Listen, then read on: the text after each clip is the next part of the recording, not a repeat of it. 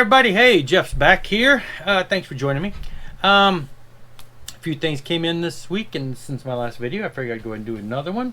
This is hot and new, just came out last week. If you're not aware of it, this is the new release from Alice Cooper. It is a 10-inch EP, has 6 songs on it, even though this thing says it's a 10-inch vinyl single.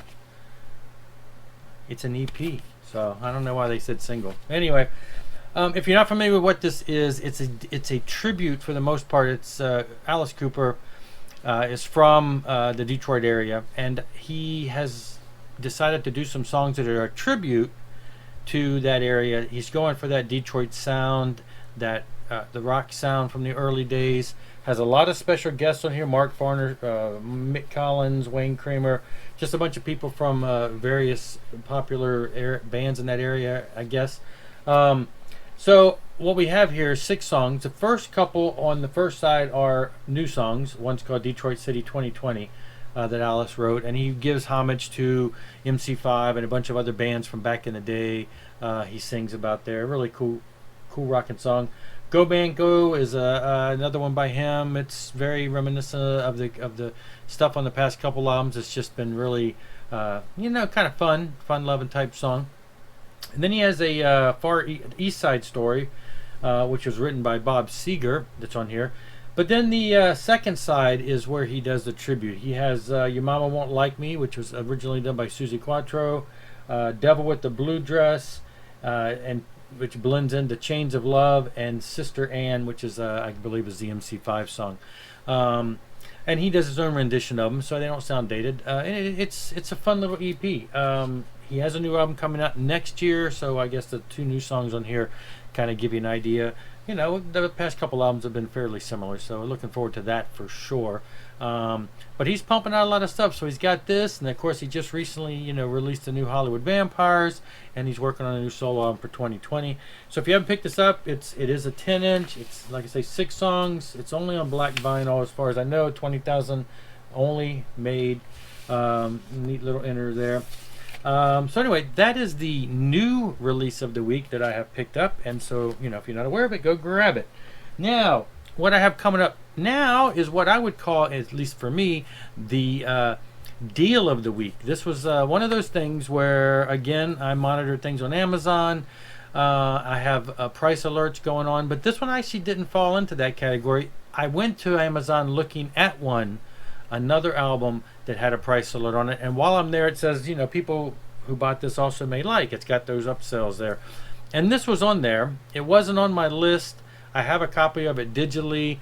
I don't know if I was looking on my radar to get this on vinyl, but I saw it and I saw the price. I'm like, what the heck?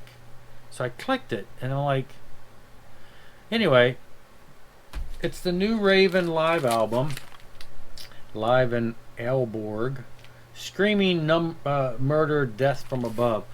And it was on Amazon there, and it was like under $15. And I'm thinking, well, that's pretty good for a single album. But no, this is a double album. So it's 2 red vinyl records. And on top of that, here, let me show you. I guess this is because I've gotten kind of on a Raven kick lately. I picked up All for One a while back, and then I got the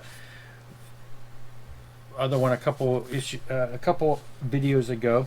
Anyway, nice inner sleeves with photos and stuff on here. Mike, the new drummer guy there. Both of these again are on red vinyl, but it also comes with the CD, so you get the whole package here. So now I have the official CD and the CDs, and the vinyl. Kind of a real matte finish, real not shiny, kind of rough feeling, almost kind of cardboardy. Kind of neat. It is a opens up, of course. It's that way. You can see it pretty good. Anyway, cool live shots. But I'm like, really? Like $15, brand new, double record set. So to me, it was a deal that I couldn't pass up. So that is my hot deal of the week. I don't know if it's still that way. This was about 3 days ago. It actually came in, I guess, yesterday. Prime got it in 2 days. So yeah, check that out. Again, I'm kind of beefing up my Raven collection. I got what, three, three or four records by them now. Have them all, either on CD or digitally. But all right, next up is I went to this would have been, I believe, yesterday.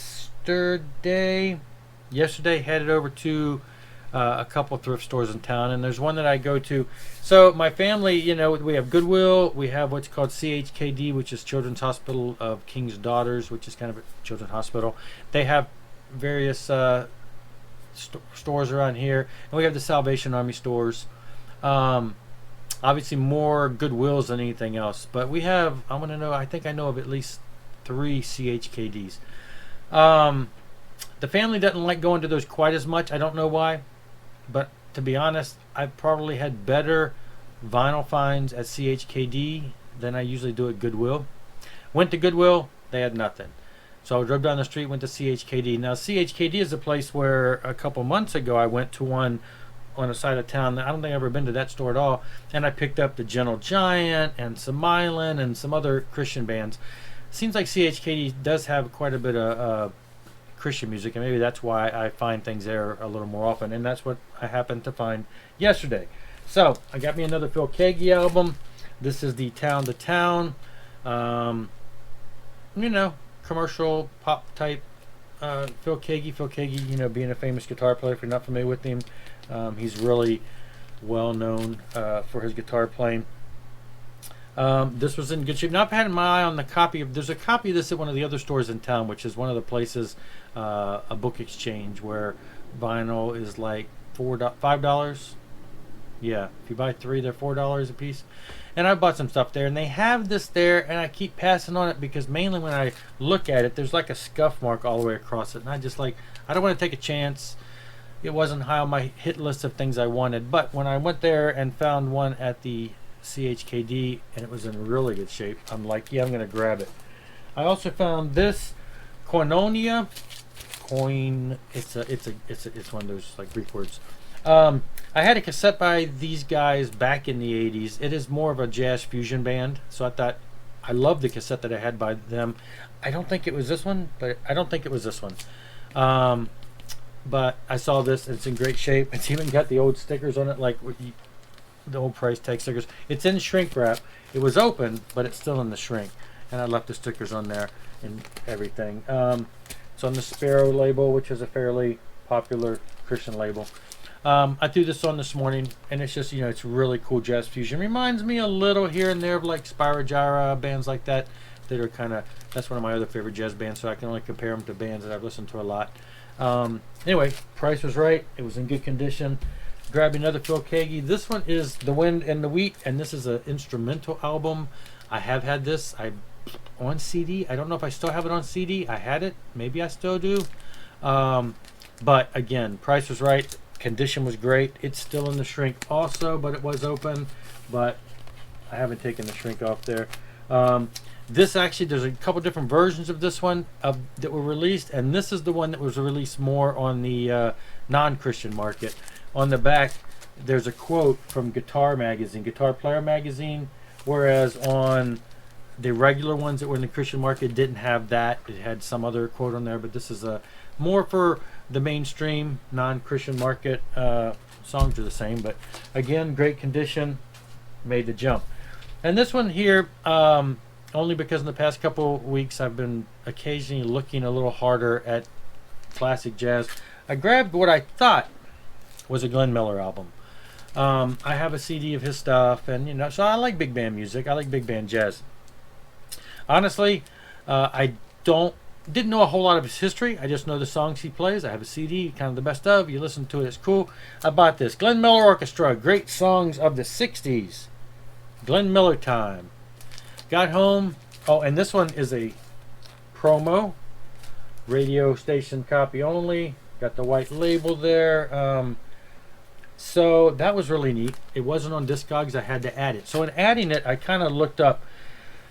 So the world famous Glenn Miller Orchestra, under the direction of Ray McKinley with the Moonlight Serenaders, great songs of the '60s.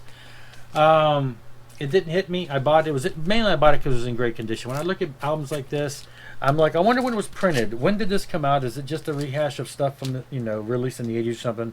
Has no date, kind of like the last one I mentioned that I ended up finding out was like from 1958. It has no date, so I thought, and it's in great condition. I thought, I'll buy it. Turns out it came out in 1965.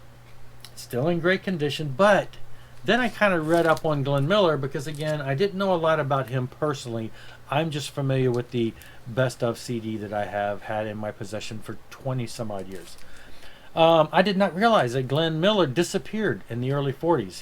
He volunteered to go into the war, World War II, and caught a plane to go somewhere. It wasn't in the war that he got lost, but he was on a plane to head back from England to somewhere. I forget the story.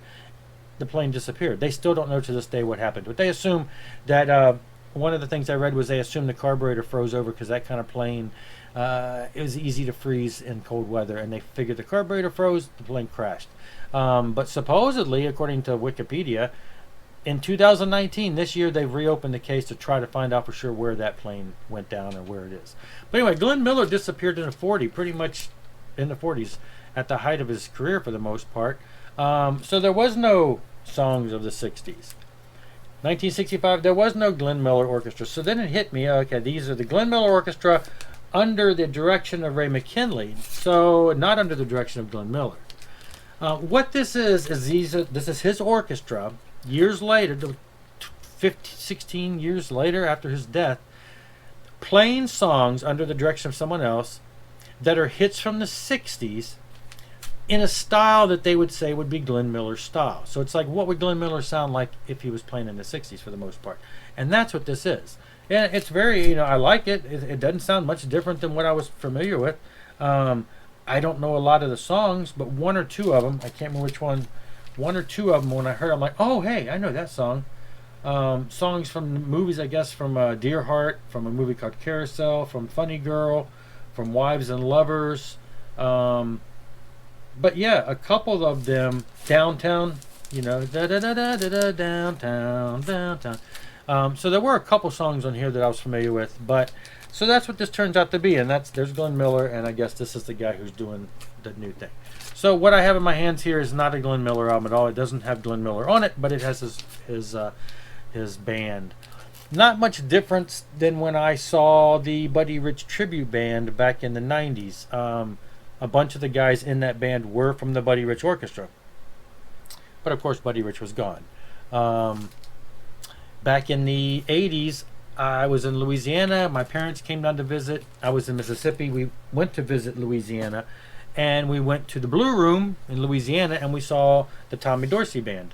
Now, Tommy Dorsey, I believe, is long gone, but his band, again, is not. So they had a different, some of the guys from bands. So this is kind of like the same thing. I'm seeing bands that still members of the band, but the original leader is gone. So that was a good find. It was enjoyable. Again, I just look at these. There's so many of these type albums you find in Goodwills and things that it's like, what do you do? When do you stop? But I thought, well, some of the bigger names, one like the Benny Goodman I got, and now this. I'm like, I'm going to stop and look at some of the bigger name ones that I'm familiar with and look at the album itself. Is it in good condition? Is it in, worth buying? And when it looks like it's almost new, I may buy it, especially if it's only, talking under $2. Anyway, so I did that.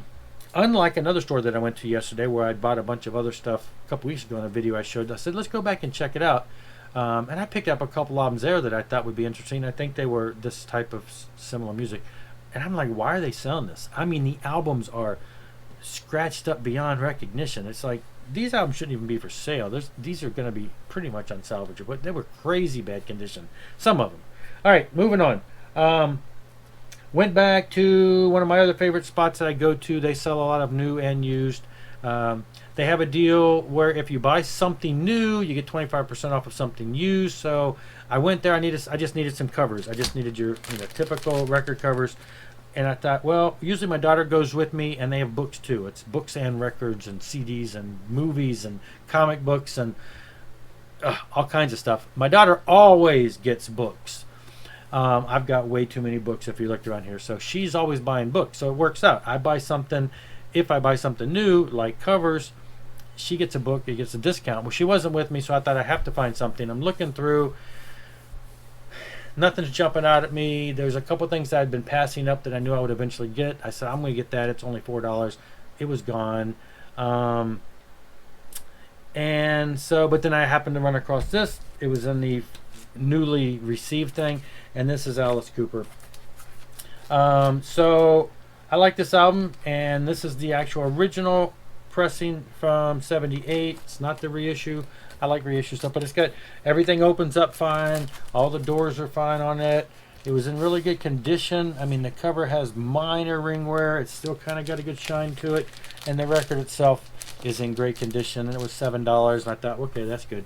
I buy the covers. I get 25% off of this, so knocks it down to like $5 basically. I like this. It's got the song For Veronica's Sake. My wife's name Veronica, if you didn't know that. Anyway, I told her, look, I bought an album with your name on it. I always got a kick out of that song every time I listen to it over the past few years. Anyway, went ahead and bought this. Figured price was right. I would grab that. Now, a couple Discogs purchases. These came in about a week or so ago. What I was looking for was this, Mile Lefebvre's Crack the Sky. Found it for like $2. Still in the shrink, though it was open. Album itself is in good condition. Got the original the regular inner sleeve and everything as usual. This is what I wanted only because if you've been watching my videos, I've been picking up Mile and stuff, and I thought I need a couple more to complete the collection. This is one of them. I think now I need 2 more, and I'll have what vinyl was released for him back in the day. So I went for this, but you know how it is. You buy something and then they're like, you go to their store and you start looking, because once you paid the shipping, you usually can get a couple. And he had a flat rate shipping for as many albums as you want. So I'm looking through and looking through and looking through. I got this, and then just looking for things that I could get because it's free shipping at this point. Picked up Van Halen 2. It's in pretty decent condition. It's not minor ring wear, but I needed that. This is one of the original pressings there. And then I got the first Fastway album. Probably still my favorite Fastway, though I think the second album is really up there. And some of their later stuff, one of their ones from a couple years ago, I really enjoyed. This one's always been my favorite, and I've always wanted to get it again. So grab this. They were all really inexpensive. This one's got a little bit of inner sleeves, a little messy, but that's whatever. It's from the 80s. But I love this album, so I wanted to grab it. So I grabbed these from the same guy, saved on shipping, first Fastway album. Now, then, this came in just today. This is more or less VCLT. A couple videos ago, I showed where I had accidentally bought, was it last week when I bought it? At the flea market. I accidentally bought a second copy of the Mama's Boys album, and I'm like, I can't believe that I bought it again.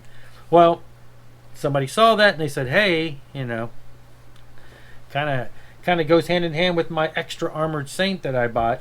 And I'm like, hey, you want to trade? He's like, I was gonna ask.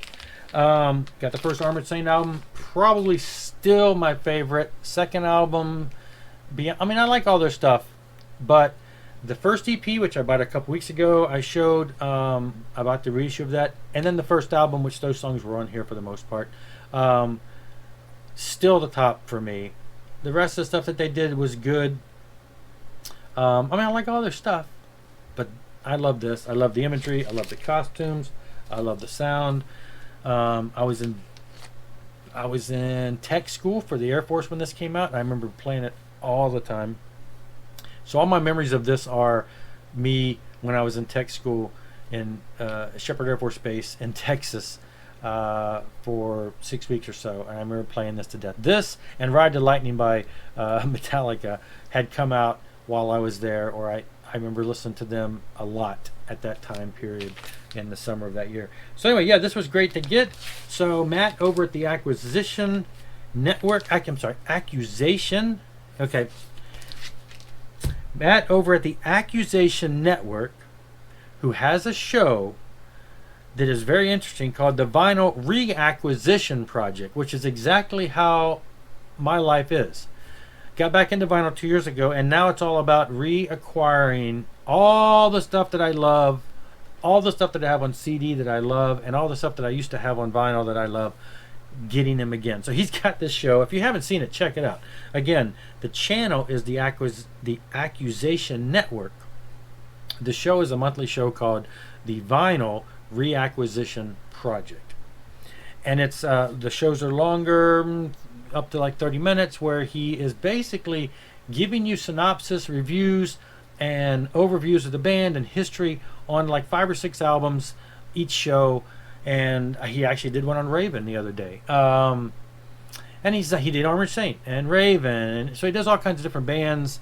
And a lot of times it's some of the older stuff, Def Leppard and stuff, going back to the older days, and some newer stuff. But it's really interesting to watch because, again, when he goes through some of the bands from the 80s, he talks about their history and stuff. It's just all these flashbacks of stuff that I listened to and bought back in those days. So check it out. That's Matt over at the Accusation Network. And thanks a lot, Matt. It came, it arrived, showed up today, and I love it. I love it. I love it. So, and he did say he received the Mama's Boys already. So, trade made, and that was great. I feel like I got that to a home where somebody's going to appreciate it, because he's got, I tell you, a lot of the same taste as me, which is nice. There's a lot of guys out there that I just really feel a kindred spirit with when I look at the stuff they talk about and how they talk about it and the love they show for these same bands, that I'm like, yes, we could be best friends if we live closer. There's a lot of guys out there you just like could talk for hours about this type of music. But anyway, that is all I've got. Now I did go to, boop, take part 2. This is going to be kind of a here's a question for you. I'd like to hear your comments below. Okay, so there's a store that I rarely go to. I've been there once or twice. I bought some really good stuff there. They're in the town over. They're in the part of town that I don't go very often. So I've been there twice. I bought some really good stuff. He's got great selection. Prices were always fairly decent. So today I'm like, I have to run my daughter over there for something dealing with school. I'm like, hey, that's real close to the record store. So my wife, I'm like, you go in with her, and then I'll run to the record store. Turns out I literally could walk to the record store, and I did. From the school, I walked to the record store. But to remind myself where it was, because again, it's downtown, it's big city type stuff. I don't like going in there.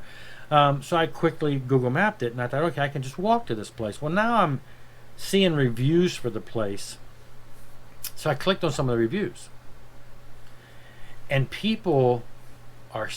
there are people saying it's, good, everything good about it, but a lot of reviews talking about how dirty the place is, how the prices are way overpriced, how the owner, the guy who's there, is rude, and just rude, and the stories rude. People were accusing him of racism, that if you're not a white person, he's making fun of people that are taking over his land. We don't kind of sell that kind of music. He mainly focuses on punk, metal, and rock. There were stories of like Asian people who were getting criticized and called names, just nasty sounding stuff, and how he's rude. Now I have run into, I don't want to say he's rude. He's never been rude to me, but hey, I'm the clientele he's looking for. I don't know. You use a credit card there, he's like, I'm going to have to charge you 4%, and he's being rude to other people, saying, when you use your credit card, it hurts businesses, it takes 4% from me, and so I have to charge you because it's stealing from me, and banks are from Satan, and you shouldn't be using banks anyway, and and belittling comments. And this one guy, I don't know, there's so many stories that I read these stories, and I thought, I've never had these issues when I've been in there the past 2 times, but I'm like, wow, if these stories are true, one guy was like, and there's signs up that says you can't use your cell phone, because he knows better than to let you compare prices to see how rip-off his prices are. So I'm like, I don't remember any of that. I don't remember the store smelling. There is a dog that's there. They say it smells like dog peas everywhere, and the dogs, and I'm like, I don't remember any of that. So I walked in. I was a little intimidated, kind of scared. I'm like, what's going to happen here? He doesn't know me. So I walk in. He's sitting over there on the side, and, hey, how's it going? Can I help you with anything? I'm like, no, I'm just looking for some good music. And he mumbles, well, then I may not be able to help you. These are the kind of comments that other people are making, but he doesn't understand what I'm looking for. I said, well, no, I can see stuff from here that I'm interested in. So I go. He's got metal. I mean, he has a great selection. But I know one thing I noticed about it today that I did not notice in the past was the prices were a bit more. On the used records, particularly, I was buying stuff in there before, and I swear I was paying $7, $8. I didn't find anything in there, even used stuff that you would expect to be $7 or $8 in fair condition. He had for like $18. It's like you could almost not touch anything for under 20 that was used. I'm like, oh my gosh, when it comes to like any of the metal stuff. Whether he's raised prices since the last time I was there, I don't know. Last time I was there was months ago.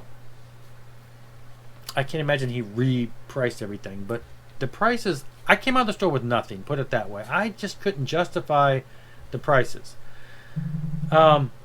He did come around at one point and asked me, hey, so, you know, are you visiting from somewhere? I'm like, no, I'm from here. I'm local. I just don't get over here much. Oh, okay. And that was all he said to me. So it was nothing really rude or anything. He went about his business.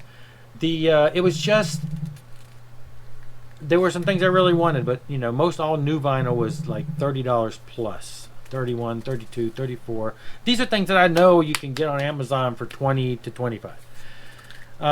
There were some trouble albums there that I really wish I didn't pass up. He had a few trouble albums for $30, which I looked them up, and you can't even really touch them on Discogs for, they're like $25 to $20 to $30, and then you got to get them from overseas because they're overseas, so you pay another $15 for shipping. So anyway, whatever. I'll probably still go back. That place didn't smell. I didn't notice any smell. I didn't even see the dog. The place just smelled like normal. There was a sign, a real small sign about this big on the wall that said, welcome. If I need any help, let us know. We can answer any help. And it did say, please keep mobile device use to a minimum. One person made the comment in the things that he won't allow you to take your phone out. You can't take a picture of an album. You can't look up an album. I'm like, oh, I didn't see that. I saw one little sign this big. I only saw one sign. I looked around. And it was over here, but around T-shirts. It's not like it was big, and you would have to be over there to see it. Anyway, I ramble. What do you think? Here's a place that's got a lot of bad reviews dealing with how he treats people. Bad customer service. In some ways, rude to certain types of people. Should you give somebody like that your business? He has some of the best selection, but outrageous price. He had a lot of Metallica imports, boot stuff that comes from overseas on vinyl. They were used, and you're paying $40+ for them. But there were a couple I wanted, bootleg type shows, just stuff that you don't see without ordering them online. He had a lot of that stuff, and a lot of new stuff too. Nothing really jumped out at me that I really wanted, like I said, because everything was over 15, 16, 17, 18. But if you know that there's a lot of reviews against this type of place because of customer service and the rudeness of this guy, what would you do? Would you go back and continue giving your business there, or go elsewhere?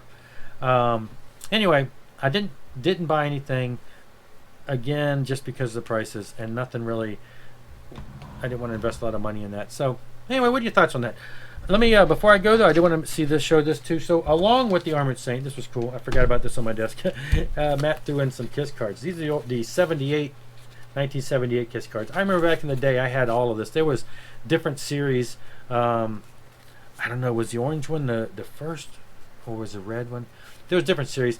And I'm thinking somewhere in a box in there, I know I have a lot of the newer Kiss cards that came out in the 2000s, but I may have a bunch of these still in card collectors, but that was kind of cool. I guess he knows I'm a Kiss fan. So he threw in a couple of that, and then there's a sticker for record store in Vermont. So anyway, that was neat. That's all for now. Let me know your comments about what you think about dealing with rude people, and whether you should give business to that or go places where it seems like you don't hear that stuff. That's all I got for now. Thanks for watching. Rock on.